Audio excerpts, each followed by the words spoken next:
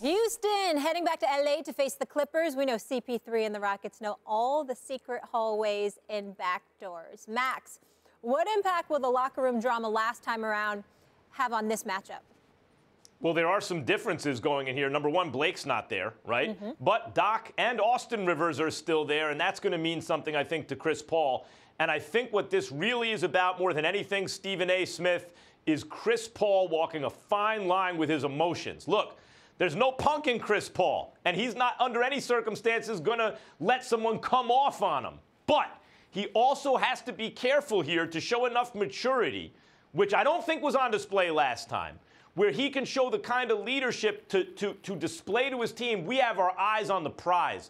I'm trying to win a championship this year. I'm not worried about any petty concerns where I came from. You know, that's all in the past. So I understand he's not going to let anyone take advantage of him, and they may look to antagonize him. Because if you're the Clippers, and the Clippers are surprisingly good since the trade, since the Blake trade. They're fighting for their playoff lives, you know? They had a good win last night on the road against a solid team in the Nuggets. So the Clippers are looking to win. One of the ways I would try to win if I were the Clippers is exchanging an inferior player for Chris Paul if they can both get, you know, teed up or kicked out. And really, everyone on the Clippers is an inferior player to Chris Paul. So Chris Paul has to keep his obviously, I'm not suggesting he be someone he's not, or in any way roll over for anyone, but I think he's got to keep his emotions in check and harness them and funnel them toward the job at hand and not allow anyone to get his goat, to get under his skin on that team.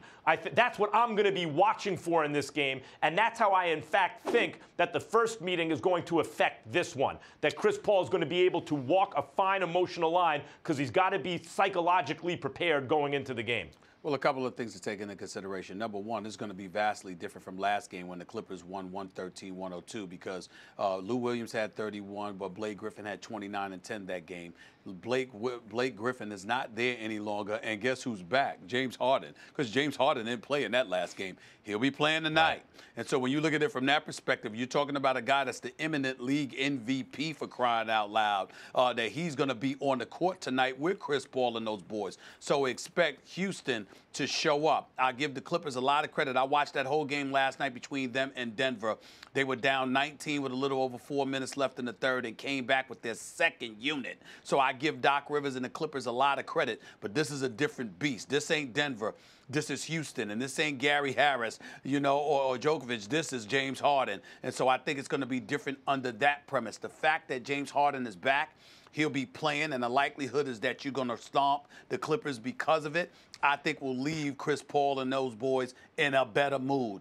And they will take out their ire, their frustration, their disgust, their animus, or whatever the case may be, on Austin Rivers on the court as opposed to off of it. But getting back to Chris Paul, here's the reality of the situation. Chris Paul is one of the great basketball ambassadors. He's a star guard, one of the greatest point guards I've ever seen, to be quite honest with you. He's just special, and we're seeing Houston benefit tremendously because of it. When I got on Chris Paul about it on January 15th, I'm not wavering from that position one bit, and it's the reason why I hold him far more accountable than anybody else. You are the president of the Players Association. You are a leader. I don't give a damn about that report that was out talking about it was just Trevor Ariza or somebody trying to get in the locker room. You had people come through the back entrance where you don't have to come outside to get in. There was a back way into the Clippers locker room. I'm saying everybody doesn't know that. Chris Paul knew that. He's the former Clipper. He had something to do with that. The players that tried to get in through the front, you can't ignore that. Now, this is not Chris Paul. It's an aberration, and he is a pit bull, and he's going to compete and come at you. All of that's true, and there's no reason to insult or excoriate him for it. But you cannot give him a pass in that regard. You're absolutely right, Max. He has to control himself, and it's more important. Let's put it to you this way. We can't hold Chris Paul accountable like he's just another player. He's not just another player. Even if he's a star, he's not just another star. He's the president of the Players Association. You cannot be involved in anything like that ever again. Well, and I appreciate that point, Stephen A. I appreciate that point. I hope Chris Paul does too. He does. I imagine he does. But I think actually what's more important than his ambassadorship of basketball, as the head of the Players Association, is the fact that he's looking to win a championship. The way a championship player here reacts, in my opinion, is by stomping the Clippers. You're right, James Harden's back. That should make things much different. If they beat the Clippers by 30 points, that makes and he keeps his cool, that makes a much bigger statement than letting them get under his skin, getting teed up and ejected. A much bigger statement. Chris Paul's issue right now in his career is, I agree with you, if you just watch him play point guard, let's leave Magic out of this. He's 6'8". He's more than a point guard. If you just watch Chris Paul play point guard, apologies to Isaiah Thomas, the original, and everyone else, I watch and I think that is a perfect point guard. Perfect.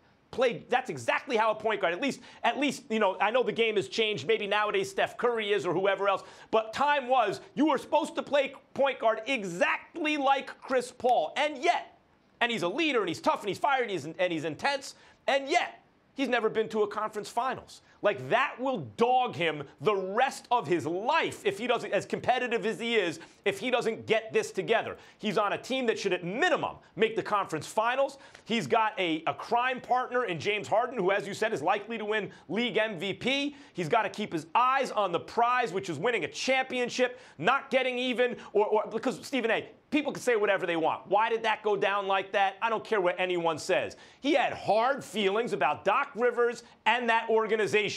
Doc Rivers, Blake Griffin, obviously, because that doesn't happen just anytime. That happened against the Clippers. And he's got to get past that and keep his eyes on the prize.